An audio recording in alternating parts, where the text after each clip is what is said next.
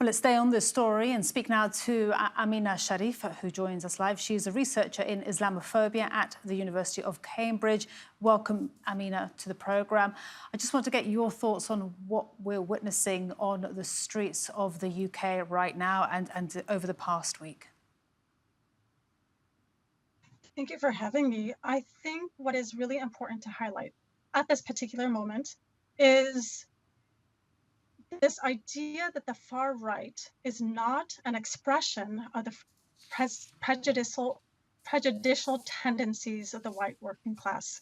So I think it's important to highlight that the far right is and has been actively made in relation to mainstream racial projects that are enshrined in UK security, immigration, and refugee policy. So for example, if we just think about the far right fears of the great replacement of white Christian national values with so-called Islamic values, we can see that this fear is actually nourished by UK counter-extremism policy.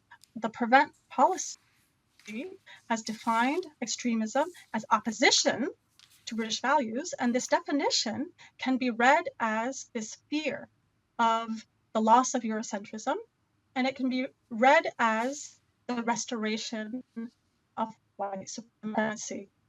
So what we really see here is this direct link between far-right fears of replacement and UK security policy. And Amina, as a community organizer, what have you seen in terms of the impact that this is having on Muslim communities around the UK? So there's been a lot of focus on actual acts of violence that Muslim populations are experiencing at the moment. So we know that Muslim, people have been assaulted and assailed on the streets. We know that Muslim businesses and properties have been set on fire and vandalized. And we've been focusing a lot on acts of actual violence. But I think we also need to focus on the promise of violence. So what I've observed in the Muslim community is the sense of being besieged by the promise of violence. Muslim people are anticipating violence being directed towards them. For example, they're boarding up and closing their businesses early. They're sharing messages about being safe, about avoiding certain areas, about wearing good footgear in case you need to run away to safety. So I think the fear is really palpable, and I think we need to be thinking about the impact of the promise of violence and not just, the actual violence that is taking place. And just on that point, as you say, the promise of violence and the fear being palpable, would you say that the government is doing enough? Because now more than 420 people have been arrested and at least 100 have been charged with further arrests and court appearances expected in the coming days. Is this enough?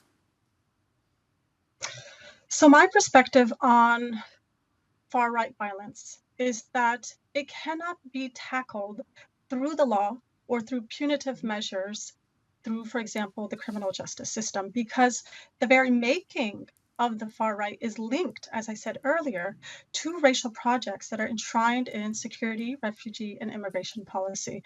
So I think what we really need to see is a commitment to dismantling these racial projects and a commitment to holding members of the media, members of the political establishment to account when they install these really racist ideas about Muslim people as being, invaders, as being Islamists, as being sort of incompatible with British values, and so on and so forth.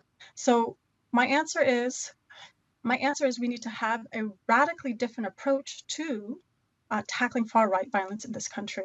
I know there have been a lot of calls about calling far-right violence terrorism, and I disagree that this violence should actually be called terrorism.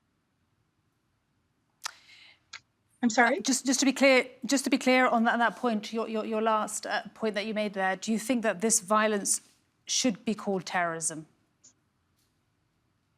Right. No, I do not think this violence should be called terrorism. And I know this might seem as a very unconventional perspective.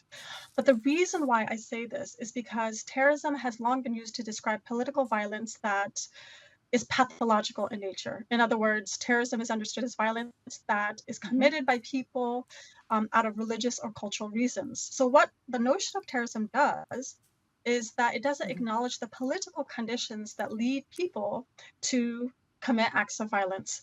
And so, from this perspective, I don't think we should call far right violence terrorism because it only obscures, or it will only obscure what I was saying earlier, which is that this violence is racial violence, it's politically summoned violence, and it's violence that can be tracked back to the racial projects enshrined in the various policies of this country.